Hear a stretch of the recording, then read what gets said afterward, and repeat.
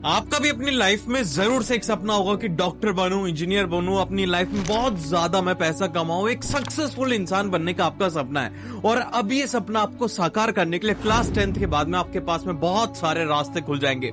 तो आपको कौन सी स्ट्रीम सेलेक्ट करनी चाहिए, एक बात ध्यान से सुना, अपने नंबर के बेसिस के ऊपर स्ट्रीम सेलेक्ट करना। अगर तुम वीक हो तो तुम्हें ये स्ट्रीम लेनी चाहिए, अगर तुम्हारा दिमाग कमजोर है तो तुम्हें ये स्ट्रीम लेनी चाहिए। ये सब फालतू की बकवास है। आज मैं तुम्हें सही तरीके बताऊंगा कि तुम्हारे लिए कौन सी स्ट्रीम बेस्ट है। अगर तुम एक बार स्ट्रीम सेलेक्ट कर चुके हो फिर भी ये 2-4 मिनट की वीडियो एक बार प्लीज जरूर से सुनना, क्योंकि तुम्हारी लाइफ का सबसे इंपॉर्टेंट डिसीजन है, इसी पे ही तुम्हारी पूरी पूरी लाइफ डिपेंड करेगी। तो एक भी सेकंड मिस मत करना, मैं आपका बिल्कुल भी टाइम वेस्ट नहीं करूंगा। So hello everyone, I am Ayush Punia and welcome to our channel. तो भाई देखिए, सबसे पहले तो ये मिथ अपने दिमाग से निकाल दो, जो कि अभी आप लोगों को मैं एक टेबल दिखा रहा हूं, एक स्टूडेंट ने मुझे भेजा था कि स्कूल्स में आज भी फॉलो किया जाता है कि अगर आपको मैथ्स लेनी है तो आपको 95 प्लस चाहिए होंगे 10th के अंदर, अगर आपको बायो लेनी है तो आपको 90 प्लस चाहिए होंगे, और अगर आपको कॉमर्स लेनी है, उसमें कॉमर्स विद मैथ्स लेनी है, उसके लिए 80 और उससे कम 70 अगर मार्क्स है तो आपको कॉमर्स दी जाएगी, और अगर 70 से भी कम है तो आपको आर्ट्स सब्जेक्ट दिया जाएगा।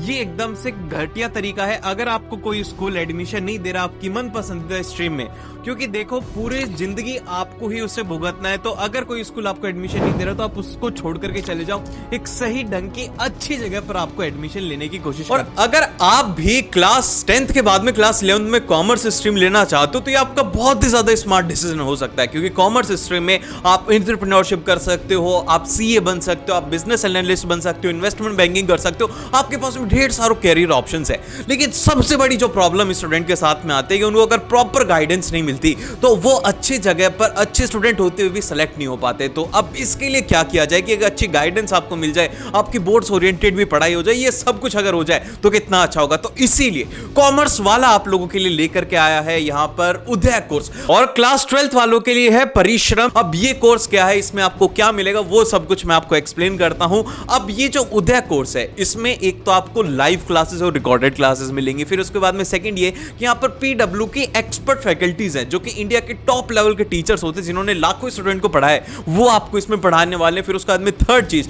कि आपके वीकली टेस्ट होंगे, और उसी के साथ में आपको डीपीपीस वगैरह भी प्रोवाइड करवाई जाएंगी, जिससे कि आप बहुत ही अच्छे तरीके से प्रैक्टिस कर पाएं, आप बोर्ड ओरिएंटेड भी अच्छे तरीके से पढ़ाई कर पाएंगे। और नेक्स्ट और मोस्ट इंपॉर्टेंट, स्टूडेंट्स को डाउट आता है, डाउट कहां से सॉल्व होंगे, तो इसमें आपको डाउट सॉल्विंग फैसिलिटी भी मिलने वाली है। तो ये आप लोगों के लिए बहुत ज्यादा विन विन सिचुएशन, और इसको और ज्यादा विन सिचुएशन बनाने के लिए अभी यहां पर अर्ली बर्ड ऑफर चल रहा है, जिसमें कि अगर आप अभी इनरोल करते हो तो आपको ऑलरेडी इसके ऊपर बहुत अच्छा खासा डिस्काउंट मिल रहा है। लेकिन अगर आप मेरी वीडियो देख रहे हो तो मैं आपको और भी ज्यादा डिस्काउंट दिलवा सकता हूं। बस आपको क्या करना है, नीचे डिस्क्रिप्शन में लिंक है, वहां पर जाकर के मेरा कूपन कोड यूज में लेना है RUN200, तो यहां पर आपको और भी ज्यादा एडिशनल डिस्काउंट देखने को मिलेगा। तो अगर आप अपनी लाइफ में अच्छा करना चाहते हो, बोर्ड्स भी फोड़ना चाहते हो, अपनी लाइफ में सक्सेसफुल होना चाहते हो, तो एक बार इसको जरूर से चेकआउट कर लेना। तो अब इसके बाद में हम लोग बढ़ते हैं नेक्स्ट, जो कि सबसे ज्यादा इंपॉर्टेंट प्रॉब्लम है आजकल के स्टूडेंट्स की, वो है सोसाइटी, दोस्त और पेरेंट्स और रिश्तेदार। ये सब बहुत ज्यादा इंपॉर्टेंट रोल प्ले करते हैं जब भी आप स्ट्रीम सेलेक्ट करते हो। क्यों?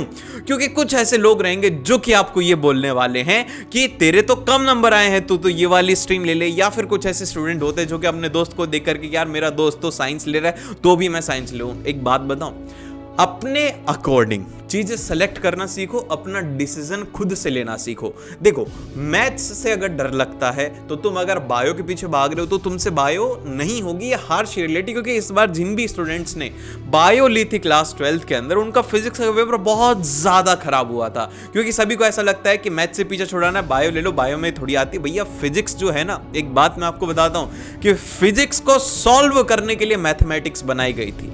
ये मैथ्स अलग सब्जेक्ट ने, फिजिक्स को सॉल्व करने के लिए बनाया गया था। तो आप क्या सोच रहे हो कि आप मैथ्स से भाग करके फिजिक्स से पीछे छुड़ा लोगे? नहीं।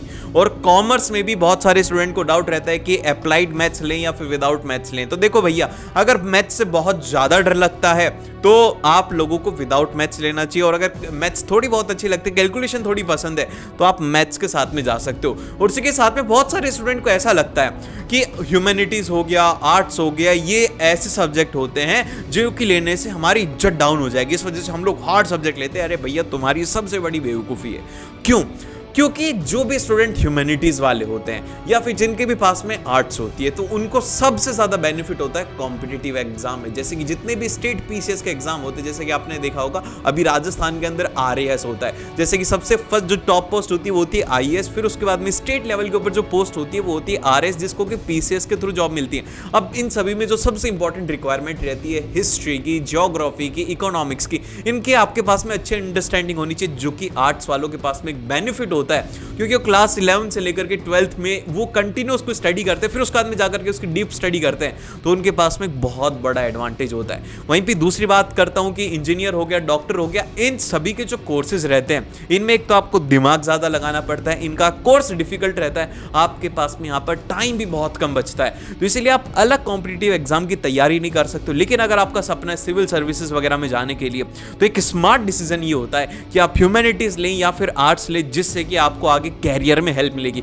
अब बहुत सारे स्टूडेंट मुझसे आर्ग्यू करेंगे इसी बात के ऊपर कि भैया आपको क्या पता, मेरे वो भैया तो इंजीनियर है। अरे भैया इंजीनियर कुछ भी कर सकते हैं। अब जैसे कि मैं इंजीनियर में आप लोगों को टीचिंग कर रहा हूं, बहुत सारे जैसे कि आपके जितने भी भैया आप लोगों को पढ़ा रहे मैक्सिमम उनमें से इंजीनियर है। इंजीनियर इंजीनियरिंग छोड़ करके बाकी के दूसरे काम करते हैं, इसमें कोई भी डाउट नहीं है।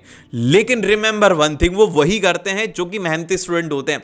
तो इसलिए अपने अकॉर्डिंग देखो। और ये अगर समझ में नहीं आ रहा कि भैया क्या लूं कैसे लूं, एक सिंपल सा काम करो, अभी 1-2 हफ्ते का आपके पास में टाइम है, तो एक बार सभी जो भी स्ट्रीम में आपको कंफ्यूजन हो रहा है कि जैसे कि कंफ्यूजन हो रहा है कि भैया मैं बायो लूं या फिर मैथ्स लूं, तो एक बार बैठ करके मैथ्स के कुछ 1-2 चैप्टर रीड करो, बायो के 1-2 चैप्टर रीड करो। अगर समझ में नहीं आ रहा, अगर आपसे क्वेश्चन सॉल्व नहीं हो रहे, तो भैया आपको बायो लेनी चाहिए, क्योंकि बायो के अंदर सीधे के सीधे कॉन्सेप्ट आपको लर्न करना है, वहीं पे मैथ्स में आपको कॉन्सेप्ट से क्वेश्चन को सॉल्व करना है। ये बात होती है कि एक में तो आपको कॉन्सेप्ट लिखा हुआ है बुक में वही याद करना है, दूसरे में कॉन्सेप्ट आपको खुद से बना करके क्वेश्चन को सॉल्व करना है। इस तरीके से आप एक बार सभी के एक चैप्टर पढ़ के देखो, ताकि उससे आपको आइडिया लग जाएगा।